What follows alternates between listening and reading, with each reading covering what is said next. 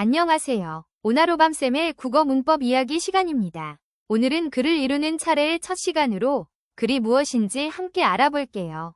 그럼 먼저 문법이 무엇인지 알아볼게요. 문법이란 말과 글을 바르게 쓰기 위한 약속이에요. 문법을 알면 내 생각이 더 잘 전해지고 글도 더 정확해져요.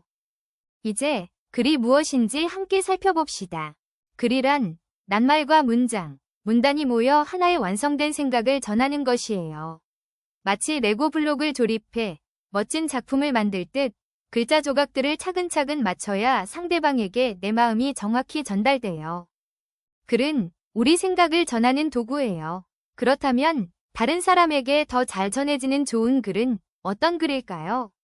좋은 글이 되려면 처음부터 끝까지 하나의 주제에 대해 말해야 해요. 문장과 문장이 서로 자연스럽게 이어져야 하고 읽는 사람이 글쓴이의 생각을 쉽게 이해할 수 있어야 합니다. 이번에는 글의 종류에 대해 알아볼게요. 글에는 설명하는 글, 안내문, 주장하는 글, 생활문, 이야기글, 시 등 여러 가지 종류가 있답니다. 설명하는 글은 내가 알고 있는 정보를 다른 사람에게 쉽고 정확하게 알려주는 글이에요. 예를 들어 스마트폰 사용 설명서를 보면 어떻게 사용하는지 한눈에 알 수 있죠. 또 강아지의 특징이나 계절이 생기는 이유, 분리수거 방법처럼 우리가 알아야 할 정보도 설명하는 글로 전할 수 있답니다. 안내문은 사람들이 알아야 할 일이나 지켜야 할 것을 알려주는 글이에요. 예를 들어 체험학습 안내를 보면 언제 어디서 무엇을 하는지 알 수 있고 도서관 이용 안내나 화재 대피 안내처럼 중요한 규칙도 안내문을 통해 쉽게 확인할 수 있답니다. 주장하는 글은 자신의 생각이나 의견을 분명하게 말하고 그 이유를 들어 다른 사람을 설득하는 글이에요. 예를 들어 학교에 휴대폰을 가져오지 말아야 한다, 급식을 남기지 말아야 한다, 책을 많이 읽어야 한다처럼 내 생각을 이유, 근거와 함께 전하는 글이죠. 생활문은 일상생활에서 겪은 일이나 느낀 마음을 솔직하게 쓰는 글이에요.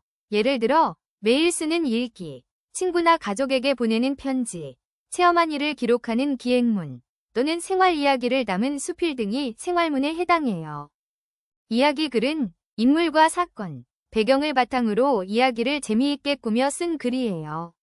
예를 들어 전래동 아인, 콩쥐팥쥐, 흥부와 놀부, 해와 달이 된 오누이가 있고 창작동화로는 강아지 똥, 마당을 나온 암탉이 있어요.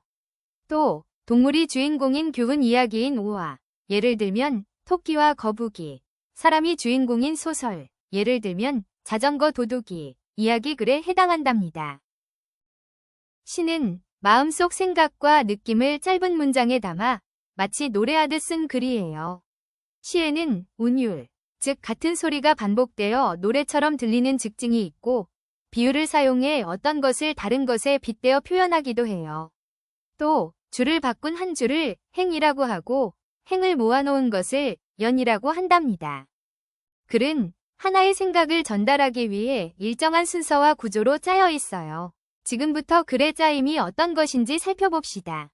글은 대부분 처음 가운데 끝에 짜임으로 이루어져 있어요.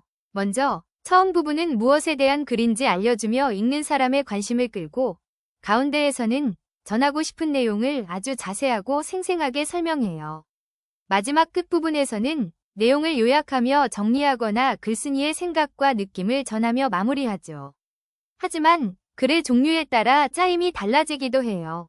이야기글은 사건에 따라 발단, 전개, 절정, 위기, 결말의 순서로 흐르고 시는 짧은 한 줄인 행과 그 행들이 모인 연으로 구성된답니다.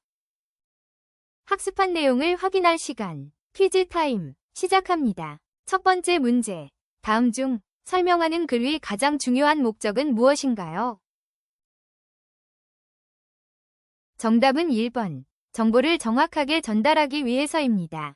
두 번째 문제, 글의 짜임에서 끝 부분의 역할로 적절한 것은? 정답은 4번, 본문의 내용을 요약하거나 당부하기입니다. 마지막 문제, 다음 중 생활문의 예로 알맞은 것은? 정답은 3번, 방학 동안 썼던 일기입니다.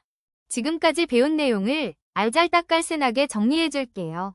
글은 낱말과 문장, 문단이 모여 하나의 주제를 전하는 완성된 내용이에요.